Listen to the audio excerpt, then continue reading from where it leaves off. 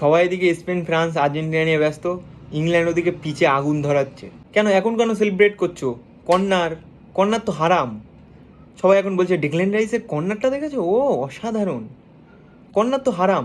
Premier League winner Declan Rice, Bundesliga winner হ্যারিকেনকে একটা সুন্দর অ্যাসিস্ট দিল, সেই অ্যাসিস্ট থেকে হ্যারিকেনের গোল। ইংল্যান্ড টিমের ডেপথ মানে অসাধারণ। টমাস টুকেল ওয়ার্ল্ড কাপের আগে বলেছিল, আমি 25টা বেস্ট প্লেয়ারকে নিয়ে যাচ্ছি না, আমি 25টা এমন প্লেয়ারকে নিয়ে যাচ্ছি যারা সময় এলে তাদের বেস্টটা দিতে পারে। মানে ইংল্যান্ড সাবস্টিটিউটে নামাচ্ছে র্যাশফোর্ড, সাকা, এরা তাদের সাবস্টিটিউট বেঞ্চে আছে। সেই আর্সেনালের প্লেয়ারের দুটো অ্যাসিস্ট, ডেকল্যান রাইস, ম্যাডুয়েকে। হ্যারিকেনের অফ দ্য বল রান, মিডে এসে বল দখল, আবার ডিফেন্সে গিয়ে বল ক্লিয়ারেন্স, একদম proper leader and striker. Harry Kane এই পরপর 3টে ওয়ার্ল্ড কাপে গোল, এবং ওয়ার্ল্ড কাপে তার গোল সংখ্যা 10টি। এটা ইংল্যান্ডের ওয়ার্ল্ড কাপের টপ গোল স্কোরার। এদিকে বেলিংহাম, সে হলো proper box to box midfielder.